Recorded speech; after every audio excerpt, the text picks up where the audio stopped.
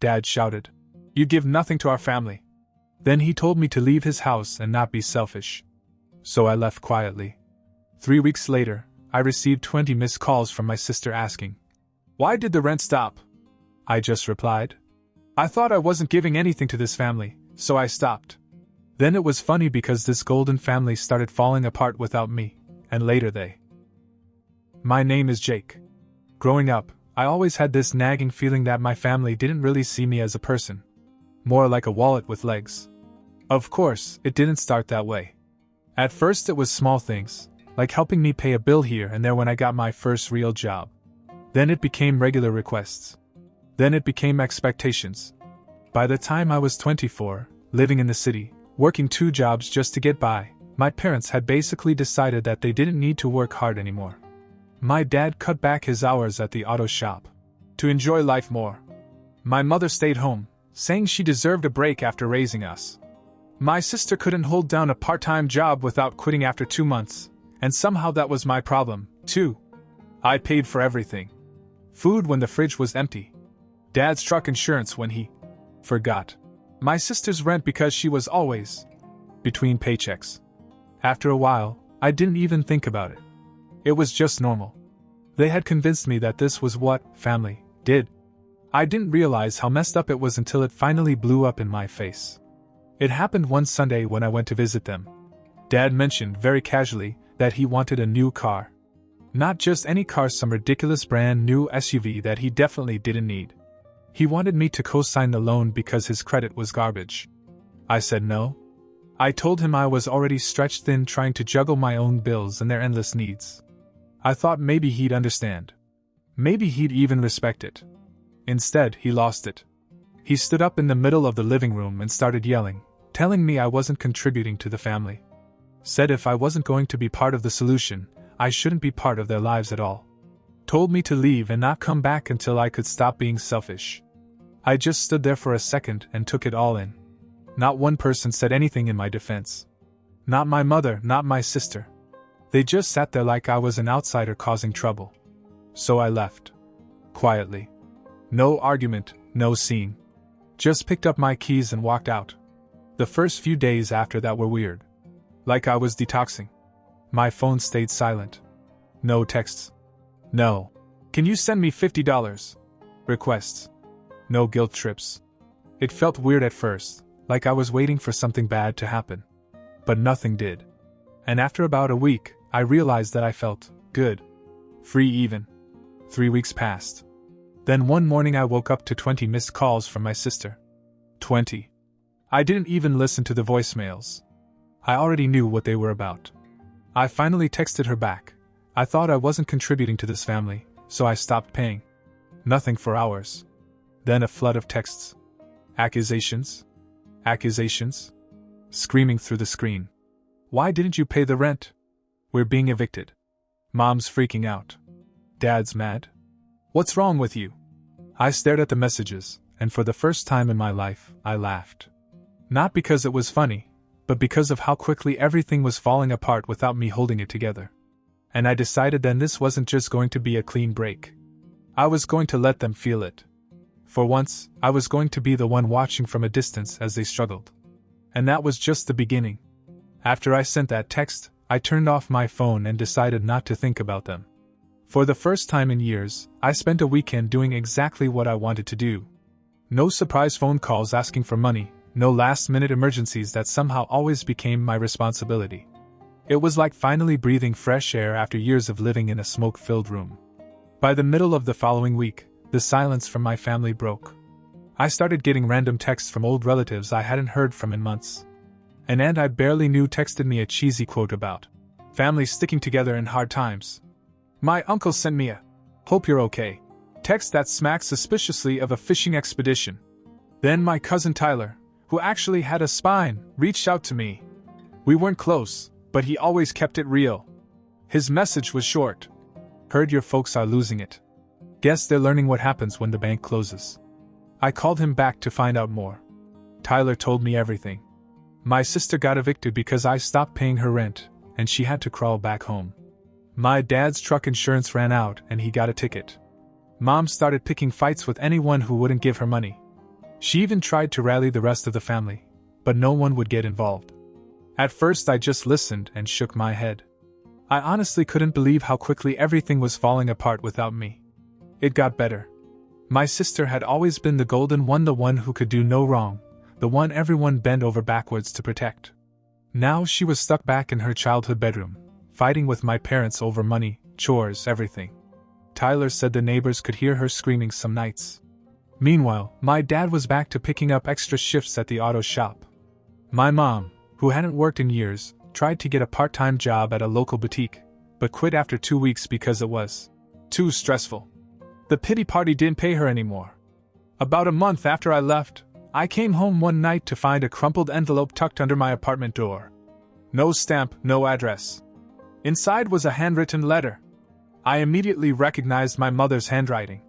It was exactly what I expected, a rambling mess about how much they miss me, how families fight but always come back together, and how, maybe, if I could help just a little with rent and bills, things would be easier for everyone. It ended with, "You'll always have a home with us, Jake." I laughed out loud right there in the hallway. They weren't sorry. They didn't miss me. They missed what I had done for them. They missed the free money, the stability I brought while they sat around doing nothing. I left the letter folded on the floor and had the cleaning crew throw it away later. The next week they called. Mom, Dad, even my sister, who hadn't spoken to me directly since I stopped paying her rent. They flooded my phone with calls, voicemails, texts. Some were apologetic. Some were angry. Some sounded like they couldn't decide if they were angry or sorry or desperate. At first, I ignored them. But then I realized, ignoring them wasn't enough. They needed to understand, really, finally understand that I was done being their crutch. They needed to feel exactly what it was like to be abandoned, as if they were abandoning me the second I said no. So I decided to do something more permanent. And it started with one simple decision. I wasn't going to just shut the door. I was going to burn the whole damn bridge. The first thing I did was block it. Not just my parents and my sister, every single person even remotely connected to them who might try to sneak through and mediate. I wasn't going to give them another chance to drag me back into their mess. After that, I went further. I looked around my apartment one night and thought about how close I had come to signing another one-year lease. How easily I could have stayed stuck in the same cycle, feeling guilty and bled dry because that's what I'd always done. Not anymore. I called my landlord the next morning and told him I wasn't renewing. 2 more months and I was gone. At first I didn't know where I was going. Somewhere warm. Somewhere where no one knew my name. Somewhere I could start over. I stayed up late scrolling through ads, looking at jobs, apartments, everything. When Miami came up, it hit me like a bolt of lightning. Sunshine, ocean, energy. Everything about it screamed new life. It wasn't even a debate. Miami it was. While I was quietly planning my escape, my family was falling apart without me. I didn't have to look for updates. Tyler, God bless him, kept me in the loop without me even asking. My sister couldn't find a new place to live because of her eviction record. She tried moving in with friends, but apparently she lasted less than 2 weeks before they kicked her out for not paying her share of the bills. Classic. She ended up back with my parents, and the 3 of them were now trapped together, broke, angry, and accustomed to blaming me for their problems. Only now there was no one left to save them. Dad's truck finally broke down completely. He couldn't afford repairs, let alone a new car, and had to start taking the bus to his job, which was humiliating for a guy like him. Mom took a part-time job as a cashier, which she absolutely hated. They started fighting so loudly that the neighbors could hear through the walls. In a small town, word travels fast. Everyone knew the Golden family was falling apart. And I sat in my almost empty apartment, sipping coffee and enjoying every second of it. About 6 weeks after the big explosion, just as I was getting everything ready to move, my sister broke down. She emailed me. It started with the usual fake sweetness. Saying they miss me. Saying they realized how much I did for them. Saying that families should stick together. Then, buried in the second paragraph, like it was no big deal, she slipped in the real reason she was reaching out. If you could just help us out a little while until we get back on our feet, it would mean the world. I stared at the email for a minute, laughing. They still didn't get it. They still thought that if they said the right things, I'd come running back like always, wallet open and pride swallowed. Not this time. I just said, "I'm not your bank anymore. Good luck." Then I blocked their email. I thought that was the end of it. I figured they'd give up eventually and find someone else to sponge off. Maybe a distant cousin, maybe the church, maybe some poor schmuck who didn't know any better. But about a week later, as I was packing up the last of my boxes, getting ready to drive out and leave it all behind, there was a knock at my door. I didn't even have to look through the peephole. I knew it. It was my dad. He was standing there, hat in hand, as if he hadn't kicked me out of his house 2 months before. I opened the door just enough to hear what he had to say. I opened the door just enough to see him standing there. My dad. The same guy who yelled that I wasn't contributing and told me to leave like I was some burden he couldn't wait to get rid of. He looked rough. Older somehow. Like the weight of the last 2 months had crushed something inside him. No fake tough guy act, no yelling. Just standing there, hat in hand, like he didn't know what to do with himself. He said they needed me. That things had gotten worse than they thought. The mortgage was 2 months late. Utilities were about to be cut off. My sister was unemployed, depressed, and locked in her old bedroom all day. He talked like he was listing someone else's problems, not the ones he helped create. Then came the kicker. He said he wanted me to move back in. Said I could live rent-free if I would help out, with the bills, groceries, maybe take over the car payment that he couldn't afford anymore. The same house I was kicked out of. The same people who stood by while he humiliated me. Now he wanted me to come back and make it all right for them, like nothing ever happened. I almost laughed in his face. But instead I kept my voice flat and said, "I'm moving to Miami next week. You figure out your own life." He blinked as if he hadn't even processed the words. I watched him open his mouth to argue, to plead, to threaten, but nothing came out. He just stood there, frozen. I slowly closed the door, not slamming it, not saying another word. Just shut it. I thought that was it. I thought it would be the last time they tried. I was wrong. Later that night I received a call from an unknown number. I let it go to voicemail. I wasn't going to let them ruin my night. When I finally checked it out, it was my mom. But not the passive-aggressive version I was used to. She was crying. Real crying. Ugly, gasping sobs. Saying she was sorry. Saying they should have treated me better. Said they didn't realize what they had until it was gone. And just when I felt a flicker of something, some stupid leftover loyalty, she dropped the real reason she was calling. If you loved us, you'd help. There it was. The truth, plain as day. It was never about missing me. It was about missing what I had done for her. I deleted the voicemail without even finishing it. The next morning, as I was loading the last of my things into my car, something unexpected happened. There was another knock on my door. This time it wasn't my father. It was my sister. I almost didn't recognize her. No makeup, messy hair, and a hoodie that was 2 sizes too big. She looked completely broken. She wasn't trying to be tough. She didn't yell or blame. She just asked if I could help. Said they didn't know what to do anymore. That maybe if I just gave them a little, until things got better. I asked her a question. When Dad kicked me out, when Mom sat there and let it happen, when you watched and didn't say a word, did you think about helping me? She opened her mouth, but nothing came out. I nodded and got in my car and drove away. No anger. No speeches. No tears. Just the engine starting and the city shrinking in my rearview mirror. I wasn't just leaving the apartment. I left my whole life behind. Crossing into Florida felt like crossing into a whole new life. I drove with the windows down, even though the air was heavy with heat. I didn't care. Every mile I put between me and that miserable city was like peeling off another layer of old skin. When I finally rolled into Miami, tired and dusty, it didn't feel like running away, it felt like finally arriving somewhere I was supposed to be. I got a little apartment not far from the beach. Nothing luxurious, but it was clean, bright and quiet. Paid for entirely with my own money. No handouts, no strings attached. I also found a job faster than I expected, decent pay, decent people. Nobody knew my last name, nobody asked questions about my family, and for the first time in years, nobody expected anything of me. I began to live like a real person. Weekend walks to the beach. Trying new restaurants. Sleeping late without feeling guilty. Slowly, the weight I didn't even know I was carrying began to disappear. For the first time since I could remember, My phone stayed silent. No emergencies. No begging. No passive-aggressive messages. I thought maybe, just maybe, they got the hint. But it turns out that people who are used to living off you don't just forget about you overnight. About a month after settling in, it started small. A strange friend request from an account with no picture. Then another. Then random texts from numbers I didn't know. Things like, "Hey, is this Jake? We met at a party." Or, "Bro, you selling that couch?" Totally fake. I ignored them. Blocked everything. But the more I ignored it, the more it escalated.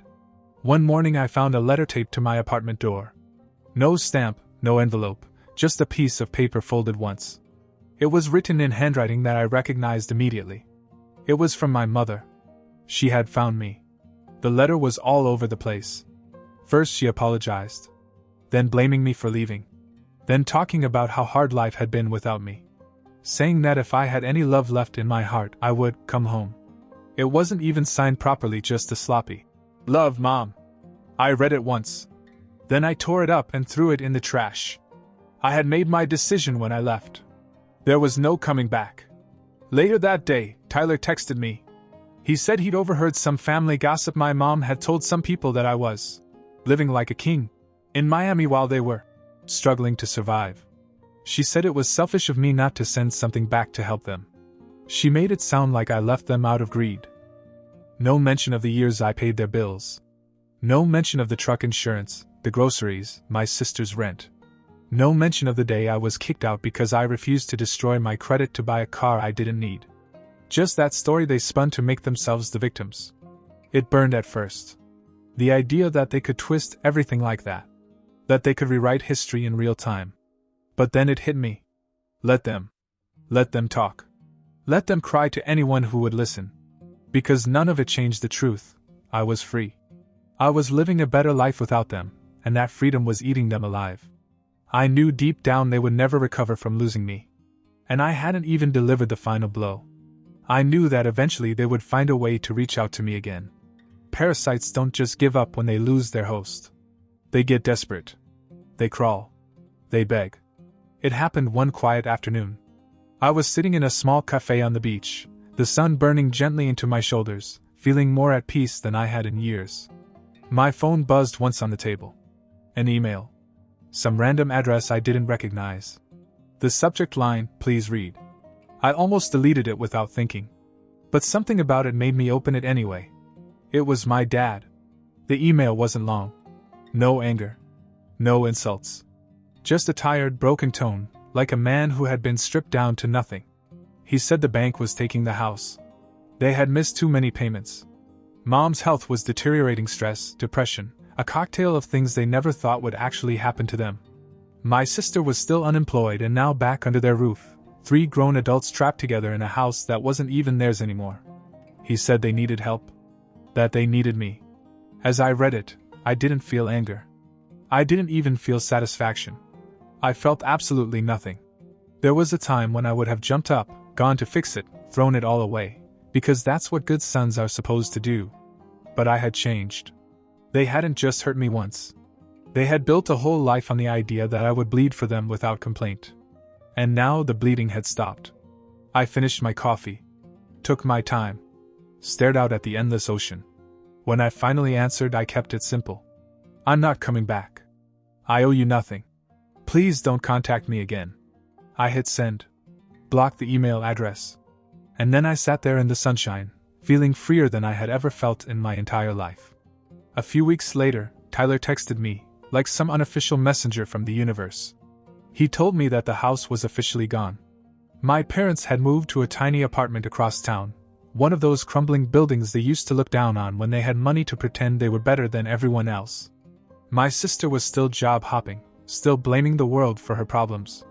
Apparently, they spent most of their days fighting each other. Everyone pointing fingers. Each refusing to admit the truth. I wasn't part of their world anymore. And the best part was, they knew it. They could tell any story they wanted. They could whine to whatever distant relatives would still listen. I didn't care. Because while they were busy drowning in the consequences of their own selfishness, I was building a life that was finally mine. No guilt. No debts. No chains. A few months later, I signed the lease on a slightly larger apartment a few blocks closer to the beach. I got a promotion at work. I met new people, good people who didn't see me as a walking ATM. Sometimes, as I walk along the boardwalk at sunset, I think about how easy it would have been to stay trapped. How easily I could have spent my whole life trying to earn the love of people who only loved what I could do for them. But now they're stuck in the wreckage of their own making. And I watch the sun sink into the ocean free. An update. It's been a little over a year now. Miami feels like home in a way that nothing else ever did. I've built a real life here, better job, better apartment, better people around me. No one asks for money. No one expects me to solve their problems. It's like living a completely different life. Most days I don't even think about my old life. But something happened last week. I was buying groceries at a small market I sometimes go to, minding my own business, when I heard someone call my name. At first I thought it was just my imagination.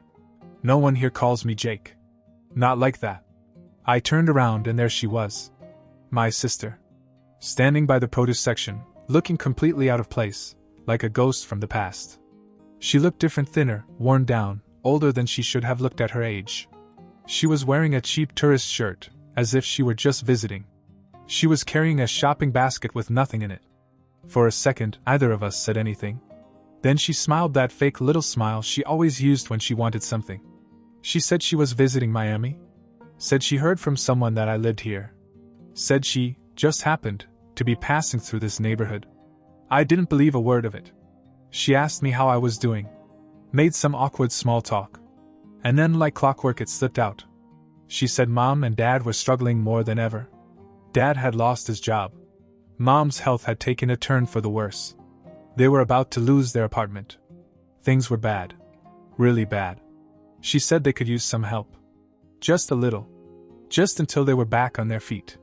Like no time had passed. Like nothing had changed. I listened to the whole thing without interrupting. When she finally stopped talking and looked at me with that expectant, hopeful look, I just nodded once. And walked away. No drama. No anger. No second chances. I finished my shopping, paid for my groceries, and left. That night, sitting on my balcony with the ocean breeze in my face, I realized something. It didn't matter how far I ran or how much time passed, they would never stop trying. They would keep coming back, scratching at the door, as long as they thought there was something left to take. But the difference now was simple. I knew better. And they no longer had anything I wanted. I sipped my drink, stared out at the lights of the city, and smiled to myself. Some people never change. But thank God I had.